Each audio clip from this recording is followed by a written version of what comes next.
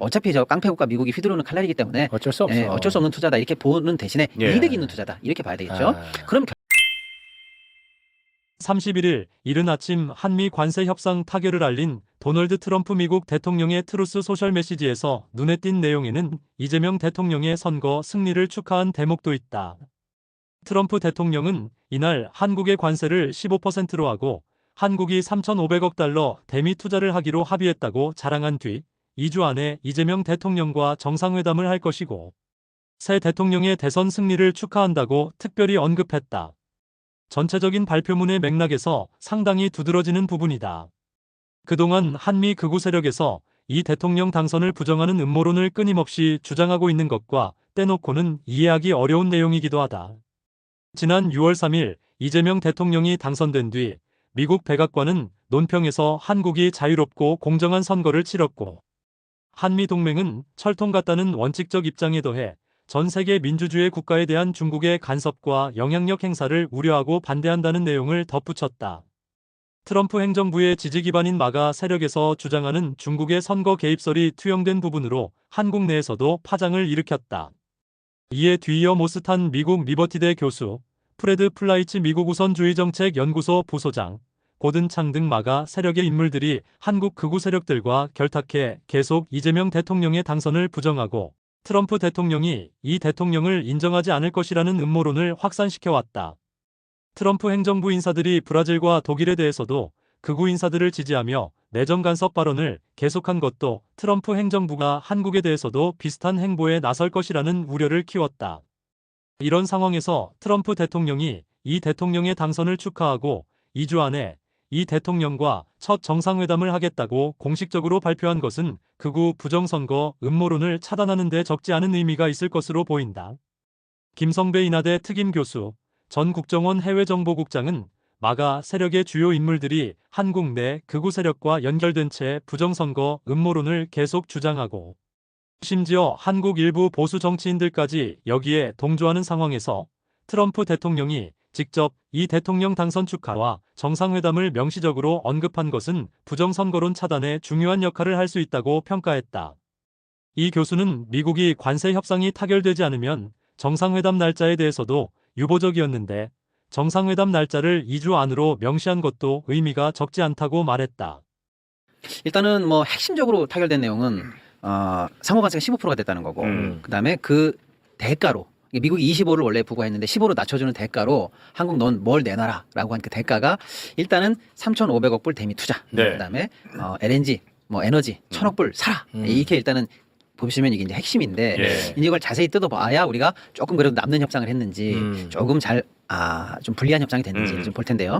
일단은 이 15%의 의미에 대해서 뭐 잠깐 짚어드리면 EU나 일본하고는 똑같습니다. 그러니까 상대적으로 보면은 경쟁국들과는 동일선상이다라고 보니까 뭐 상대적 개념에서 비교 여류에 가지는 않았다라는 의미에서 큰 틀에서는 선방했다 이렇게 볼 수가 있겠습니다.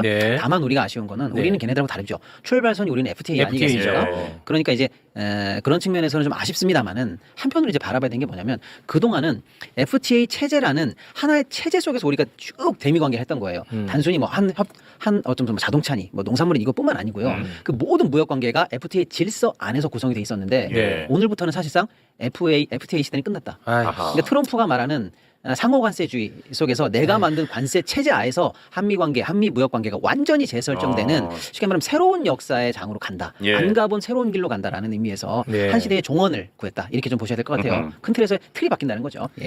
그다음에 이제 가장 관심을 끄는 게 우리가 3,500억 불을 투자하기로 한 거 이거 어떻게 봐야 되냐. 이게 이제 핵심인데 둘을 쪼개봐야 됩니다. 뭐 유로는 6천억 불을 했대, 뭐 일본은 5,500억 불을 했대라고 하니까 절대 금액을 놓고 한국이 상대적으로 잘한 거야, 못한 거야, 뭐 이렇게 비교하는 분들도 있습니다. 그래서 경제 규모로만 보면 일본이 우리보다 한 2.5배 되고 유로는 11배입니다. 그러니까 그런 상대적 규모를 봤을 때 한국이 3,500억 불이면 잘 못한 거 아니야? 이런 시선도 있습니다. 또 아니야, 그게 아니라 미국 입장에서는 자기 나라한테 흑자를 많이 본 나라. 이렇게 봐야지. 근데 대미 흑자로 보면 우리하고 일본하고 비슷해요.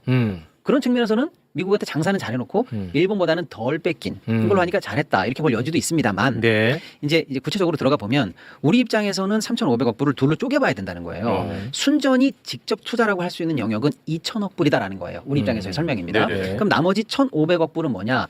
조선 산업과 관련된 우리가 어떻게 보면 미국에게 역제안했던 마스가 프로젝트가 마스가 우리가 다뤘잖아, 마스가. 그렇습니다. 그렇습니다. 예. 미국의 조선을 더 위대하게라고 하는 Make American Shipbuilding Great Again 이거 아니겠습니까? 네. 그래서 우리가 역제안을 한 거다. 그러니까 이것은 생짜로 돈이 나가는 건 아니고 우리가 조선업 관련해서 미국과 윈윈하는 상호주의 속에서의 투자니까 이거는 완벽하게 미국 측에 휘말린 건 아니다. 예. 우리도 이득이 있다라는 게 우리 정부의 설명이에요. 네네네. 예를 들면 이런 거죠. 미국의 조선소를 우리가 산다. 또는 미국 그 군함을 정비하기 위해서 우리 기지창에 뭐 수리를 하거나 할 때 맡길 때 있는 기지창 조성 비용이라든지 네. 또 미국 선박에 관해서 인력들을 트레이닝하는 각종 투자 비용 같은 것들 이런 것들을 다 합쳐서 1,500억 불로 봐야 되고 예. 그 1,500불이 만약에 투여됐을 때 그 산출물이 있다는 거예요. 우리가 배를 만들면 미국이 살 거 아니겠습니까? 네. 군함을 만들면 미국이 그걸 또 살 거고. 네. 라고 하니까 이것은 우리가 선투자하고 조선 관련해서 미국은 이제 투자 이익을 보지만 우리 입장에서는 나중에 선박을 팔게 되는 거니까 네. 완벽하게 우리가 마이너스를 잡을 건 아니다라는 거예요. 네. 그래서 우리 협상단들은 오히려 조선 관련한 투자를 계속 더 늘리겠다. 1,500불이 아니라 그때 미국이 아서라 아서. 오히려? 그만하자. 라고 해서 어. 그쪽에서 선투자를 어느 정도 캡을 막았다고 하는 얘기가 후문으로 나올 정도로 그래요? 이건 우리 입장에서도 쉽게 말하면 절대적 금액으로는 손실은 아니다 이렇게 봐야 되겠습니다. 네. 다만 아쉬운 건 아쉬운 건? 그 시설 투자가 국내에 있었으면 일자리라든지 아. 잠재 성장률이 갈 텐데 어차피 저 깡패국가 미국이 휘두르는 칼날이기 때문에 어쩔 수 없어. 어쩔 수 없는 투자다 이렇게 보는 대신에 예. 이득이 있는 투자다 이렇게 봐야 되겠죠. 그럼 결국에는 10% 관세를 낮춘 것에 대한 대항 딜로서는 2,000억 불 정도의 투자 아니겠느냐 이건데 네. 이 2,000억 불에 대한 한도는 일단은 우리 정부가 제시한 우리 내부적으로 갖고 있었던 마지노선 범위 안으로 들어온다는 거예요. 아, 그래요? 예, 그게 일본과 좀 다르다는 거고요.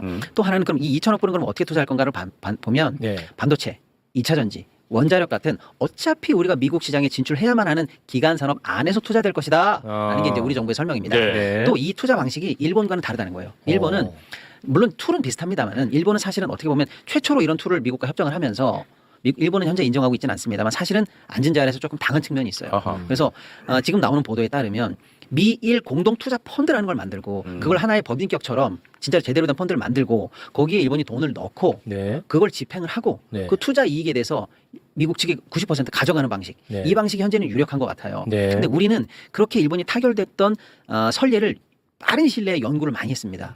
그래서 일본처럼 우리도 투자하는 방식은 맞는데 네네.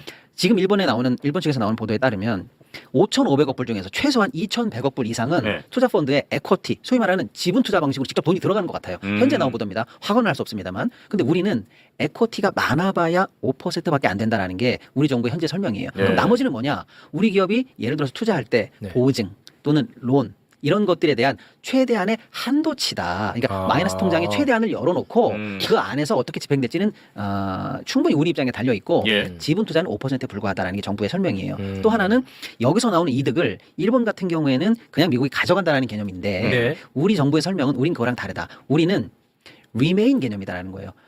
남긴다. 리테인. 그렇죠. 리테인. 유보시킨다는 개념이에요. 뭐냐면 정확하게 가야지. 리테인. 영어라서 순간적으로 적응을 안 됩니다. 예. 뭐냐면 미국이 가져가는 개념이 아니라 우리가 투자했어. 예. 이득이 났어. 재투자? 남겨. 그래서 재투자하는 방식이기 때문에 순전히 미국에게 이익이 환수되는 개념은 아니다. 그런 건 우리 염두에 두지 않고 있다라고 하면서 우리 정부의 말은 그런 게 문명국에서 가능하겠느냐라고까지 얘기하면서 일본과는 다른 투자의 어떤 그 이익을 담보해 가면서 간다라는 예. 게 일단 협상이에요. 네. 이런 것들을 종합해 봤을 때 당연히 우리 입장에서는 뭐 서운할 수 있습니다만 적어도 선방했다라는 평가는 좀 할 수 있지 않을까라는 얘기입니다. 예. 그리고 추후에 3,500억 불을 다 합친 이 투자에 관해서 이제 구체적으로 여기고 개별적인 협상이 들어갈 때 그때 이제 잘 마무리하면 된다라는 건데 제가 우리 정부의 설명에 조금 더 힘을 실는 이유는 뭐냐면 네. 저희 같은 이제 자본이나 투자나 펀드 툴을 연구했던 사람들 입장에서 생각할 수 있는 리스크 포인트가 많지 않습니까? 전문가들이 볼 때 그 포인트들을 일본은 모르고 나간 측면이 좀 있는데 지금 우리 정부단에서 나오는 설명을 보면 네. 다 알고 있다는 거예요. 아. 그러니까 이런 경우 생기면 이런 리스크가 생기고 저런 건 이게 위험이라는 걸 적어도 다 안다라는 게 제가 볼 때는 예. 그나마 안심할 수 있다. 오케이. 예, 알고 들어갔기 때문에 방어에 대한 시나리오도 갖고 가지 않았을까 이런 생각을 예. 합니다. 네, 네, 알겠습니다. 일본한테 좀 고맙네 오랜만에. 네. 하지만 정말 미국은 너무한다. 네. 예.